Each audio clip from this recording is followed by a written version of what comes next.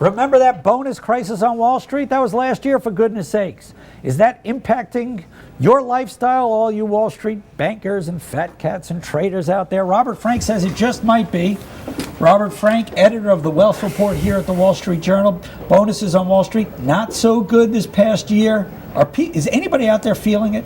Sure. And what we try to do with this story is to really kind of put some numbers and math behind what's become a very emotional debate. Oh, gee, feel sorry for these bankers, they're not making as much money.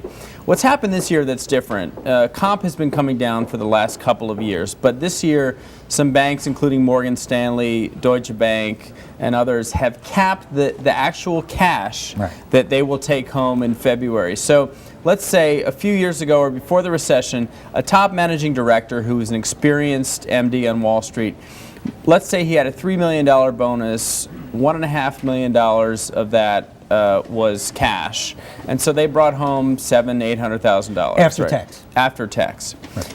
Now you're bringing home $100,000. Right. So that's a crimp in your lifestyle, especially if you live in New York City. So let me just explain this to some of our viewers.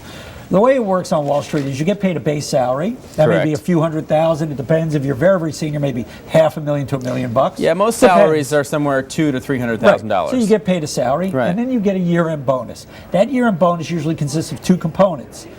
Part of it is cash, and that piece nowadays has gotten very small. Exactly. And then the rest is restricted stock that is granted to you over the basis of several years. Right. So actually, if a guy gets paid $2 million a year, you're saying he may go home and say, great, honey, great year, I got $2 million. And she'll go, well, where's the cash? And he'll go, well, you know, if the stock price does good, then maybe we'll have it over the next 3 or 4 years. Exactly. And so more and more of the compensation is in stock, which if banks do really well over the next year or two, they could be, you know, earning huge amounts as long as this stock vests. But you know, a lot of this stock is deferred, so you can't sell it right away. And by the way, in this market, you probably don't want to sell stock. So you've built a lifestyle, many of these folks in Manhattan, of $500,000 or more a year, based on using that bonus check to by the way, that's the nut. That's the amount of money that you need just to cover your living expenses. That's right. Your burn rate. That's the kids in the private school. That's the co-op. It's the co-op or the rent. It's your parking spot. It's your household service, even if it's just a cleaning lady who's also a nanny. And, this is the part of the story where everybody always goes, I have no sympathy for these people, Robert Frank. Right. Tell them to have sympathy for these people. I won't tell them to have sympathy. I'm just trying to do the math. How is it possible that earning $300,000 a year is not enough? And we explain that. And the most important thing is that many of these bankers not only sort of built their self-worth on this bonus check, which is a very dangerous thing, but they came to expect all of these things as part of a necessity of life in Manhattan. They said, why would I ever put my kid in a public school? Why would I ever live anywhere else other than the Upper East Side of Manhattan in a co-op? Why would I ever not? I need somebody at home, household staff.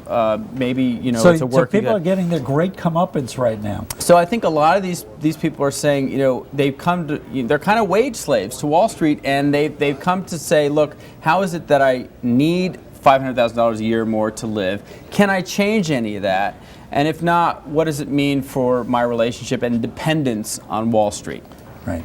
Mutual dependency. Wage slave. That's right. Wage slaves of Wall Street. Check out Robert Frank's piece in tomorrow's Wall Street Journal. We're going to come back. I'm sure you'll get some fun reactions to that.